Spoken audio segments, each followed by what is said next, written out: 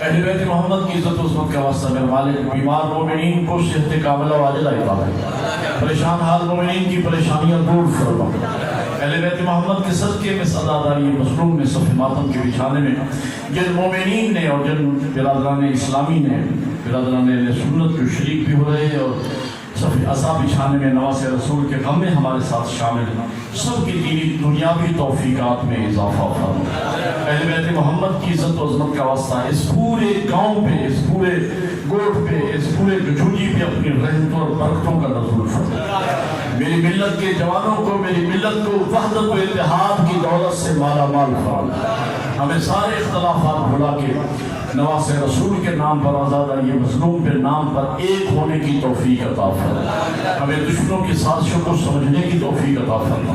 اہل بیت محمد کی عزت و عظمت کا واسطہ میری ملت کے بچوں اور نوجوانوں کو علم کے میدان میں آگے بڑھنے کی توفیق عطا فرما۔ اہل بیت محمد کی عزت و عظمت کا واسطہ علماء کی خدمات کو قبول و منظور فرما۔ ہمارے تمام مراکز کو بالخصوص اس مرکز کو دن دگنی رات چگنی ترقی عنایت فرما۔ جن بزرگوں نے اس مرکز کی بنیاد رکھی ان میں سے کوئی جا چکے ہیں تو ان کے درجات بلند فرما، جو اس کا انتظام و انصرام سنبھالے ہوئے ان کی توفیقات میں اضافہ فرما۔ آل محمد کے صدقے میں بانیان مجالس اور جو بھی اس عشرے میں مجالس کی عزاداری میں شریک ہیں، جس لحاظ سے بھی شرکت کر رہے مالک، سب کی توفیقات عالیہ میں اضافہ فرما۔ اللہم تقبل منا انک انت السمیع الدعاء۔ ان اللہ وملائکتہ یصلون علی النبی یا ایھا الذین آمنوا صلوا علیہ وسلموا تسلیما۔ ایک مرتبہ سورہ فاتحہ اور 3 مرتبہ سورہ توحید ان بزرگوں کے لیے، ان جوانوں کے لیے جو کل تک ہمارے ساتھ عزاداری میں شامل تھے، ماتم میں شامل تھے، آج منو مٹی کے نیچے ہیں، آپ کی طرف دیکھ رہے ہیں کہ آپ عزا پر بیٹھ کر ہمیں یاد کرتے ہیں یا نہیں۔ ان بزرگوں کو، اپنے مرحومین کو یاد کیجیے اور میرے والدین کو بھی شامل کر کے